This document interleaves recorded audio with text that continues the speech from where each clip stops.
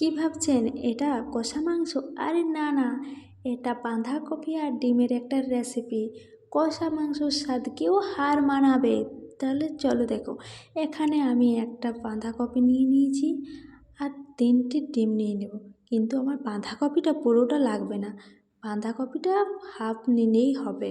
তাহলে দেখো আমি বাঁধাকপিটা কেটে ফেলছি। তো তোমরাও এরকম ছোট ছোট করে কেটে নেবে। আর বাঁধাকপির মোটা অংশগুলো দেব না।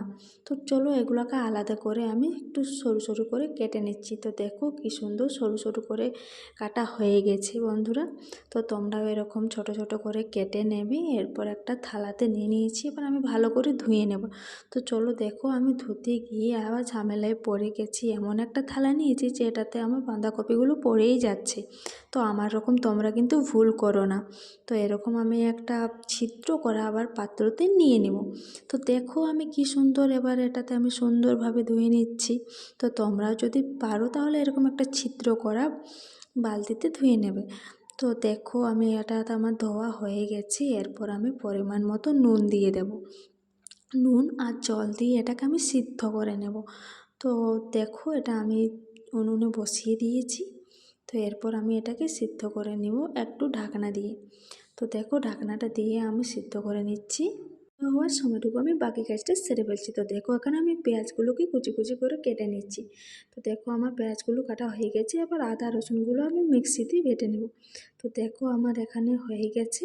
তো এখানে আমি কয়েকটা মশলা নেব যেটা আমার কাজে লাগবে। তো এখানে আমি দেখো তেজপাতা নিয়ে নিয়েছি দুটো, গরম মশলা নিয়ে নিয়েছি, টমেটো কুচি করে নিয়ে নিয়েছি আর পেঁয়াজগুলো কেটে নিয়েছি। তো এখানে আমি আরও দেবো আদা রসুন বাটা আর শুকনো লঙ্কা লাগবে আমার। তো তোমরাও তোমাদের ঝালের অনুযায়ী দেবে। তো দেখো এখানে আমি একটা টিফিনের মধ্যে 3টা ডিম ভেঙে ভেঙে নিয়ে নেব। তো তোমরাও একটা টিফিনের মধ্যেই নেবে, টিফিনটা পরে কাজে দেবে। দেখো আমি টিফিনটাতে নিই। তো এখানে কিছুটা পরিমাণ আমি লবণ নিয়ে নেব। তো দেখো লবণটা আমার দেওয়া হয়ে গেছে। এরপর কফিটাও আমার সিদ্ধ হয়ে গেছে। তো এবার একটা আমি সিদ্ধ করা কফিটাকে আমি দিয়ে দিচ্ছি। দেখো তো এরকম দেওয়া হয়ে গেছে ডিমের সাথে। এবার ভালো তো দেখতেই পাচ্ছ আমি ডিমের সাথে কফিগুলো ভালো করে মিশিয়ে নিচ্ছি। তো দেখো আমার সুন্দরভাবে মেশানো হয়ে গেছে। এরপর আমি এক টিফিন কৌটোটা বন্ধ করে দেব। তো দেখো আমি বলছি যে টিফিন কৌটোটা আমার কী কাজে লাগবে। এবার জলটা উনুনে বসিয়ে দিয়েছি, গরমও হয়ে গেছে। এবার টিফিন কৌটোটা দিয়ে আমি ঢাকনা দিয়ে দেবো জলটাকে। তো চলো দেখো আমার এটা হয়ে গেছে। দেখো এবার টিফিনটাকে তোমরা কিভাবে তুলে নিবে। তো এখানে আমি দুটো খুন্তি ব্যবহার করছি। তো এরকমভাবে তোমরাও তুলে নিবে এবং খোলার চেষ্টাও করবে। দেখো দেখিয়ে দিচ্ছি আমি। তো দেখো বন্ধুরা আমার খোলা হয়ে গেছে। তো এবার দেখতেই পাচ্ছ কি সুন্দর হয়ে গেছে। তো দেখে বুঝতে পারছি না সিদ্ধ হয়েছে কিনা। তো চলো দেখি। তো দেখো আমি ছুরিটা ঢুকিয়ে দিচ্ছি। তো একটু লেগে নেই, তার মানে আমার পুরোপুরি সিদ্ধ হয়ে গেছে। তো তোমরাও এরকম টুকু টুকু করে ধারে ধারে করে কেটে নেওয়ার চেষ্টা করবে। তো দেখো আমি এখানে এরকমভাবে টিফিনটাকে ঘুরিয়ে ঘুরিয়ে ছুরিটা ঢুকিয়ে নিচ্ছি যাতে একটুভাবে ভালোভাবে আমি উল্টোতে পারি। তো দেখো এখানে আমি উল্টে নিব টিফিনটাকে কি সুন্দর থালাতে করে। তো দেখতেই পাচ্ছ আমি কি সুন্দর করে উঠাচ্ছি। তো টিফিনটাকে এরকম হালকা হালকাভাবে তুলে নিতে হবে। তো দেখো বন্ধুরা কি সুন্দর গোল মতন হয়ে গেছে, দেখে বুঝতেই পারছো যে কতটা সুন্দর হয়েছে। তো চলো এরপরে এটাকে সাইজ মতো করে কেটে নিতে হবে সুন্দরভাবে যাতে না লেগে যায়। তো দেখো আমার এগুলোকে আমি সুন্দরভাবে কেটে নিচ্ছি পিস পিস করে। তোমরা এভাবে কেটে নিবে, তো ভালোভাবে কাটবে।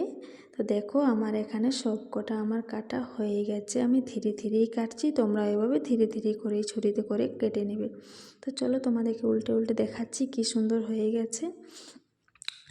তো দেখতেই পাচ্ছ কত সুন্দর ডিমের রেসিপিটা সুন্দর সফট হয়ে গেছে। এরপর আমাকে তেলে ভেজে নিতে হবে, তাই আমি সাদা তেল নিয়ে নিয়েছি এখানে কড়াইতে। তো দেখো কড়াই গরম হয়ে গেছে। এরপর আমি এক এক করে ডিমের সিদ্ধগুলোকে আমি ভেজে নিব। তো তোমরাও এরকম দেখো এক এক করে সুন্দর করে ভেজে নেবে। তো দেখো এখানে লাল লাল হয়ে গেছে। এরপর আমি উলট পালট করে সব দিকে লাল লাল করে ভেজে নিব। তো ভেজে নেওয়ার পর এরপর আমি তুলে নিচ্ছি। দেখো আমার এক এক করে আবার আমি তুলেও নেব। তো দেখো আমার তোলা হয়ে গেছে।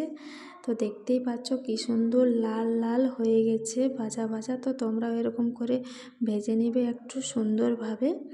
তো এখানে আমি মশলাগুলো নিচ্ছি। তো দেখো আমাকে কী মশলা লাগবে। এখানে জিরে গুঁড়ো, ধনে গুঁড়ো, গরম মশলার গুঁড়ো আর লাগবে আমার হলুদ।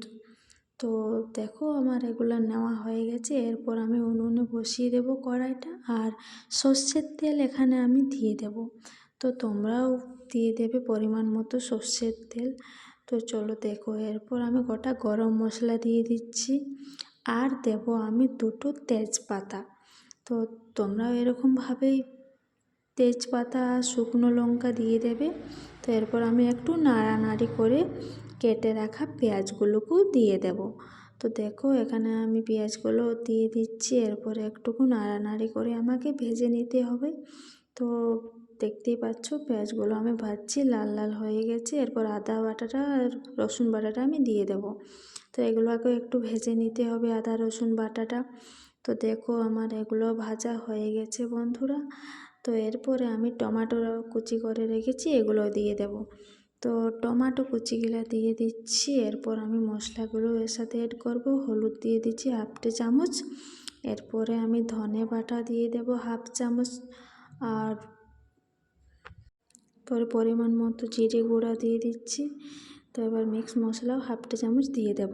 তো তোমরাও এরকম এক এক করে সব মশলাগুলো দিয়ে দেবে। এবার পরিমাণ মতো আমি লঙ্কার গুঁড়ো নিয়ে নিচ্ছি। তোমরা যেরকম খাও সেরকম লঙ্কার গুঁড়ো নিবি। তো দেখো আমার এখানে দেওয়া হয়ে গেছে। এবার পরিমাণ মতো আমি লবণ দিয়ে দিচ্ছি। তো লবণ দিয়ে এরপর একটু আমি নাড়ানাড়ি করে নেব। তো চলো দেখো এরপর আমি একটুকু ভেজে নিচ্ছি টমেটোগুলোকে। তো ভাজা হয়ে যাওয়ার পর একটু হালকা 1 বাটি মতন তোমরা জল দিয়ে দেবে। তো জল দেওয়ার কারণ হচ্ছে যে আমি এগুলোকে মশলাগুলোকে সেদ্ধ করব। তো দেখো কী সুন্দর আমার জল দিয়ে এবং গরম সেদ্ধ হয়ে গেছে টমেটোগুলো। তো আমি এক এক করে ভেজে রাখা ডিমগুলো আমি দিয়ে দিচ্ছি। তো দেখতেই পাচ্ছ সুন্দরভাবে আমার দেওয়া হয়ে গেছে।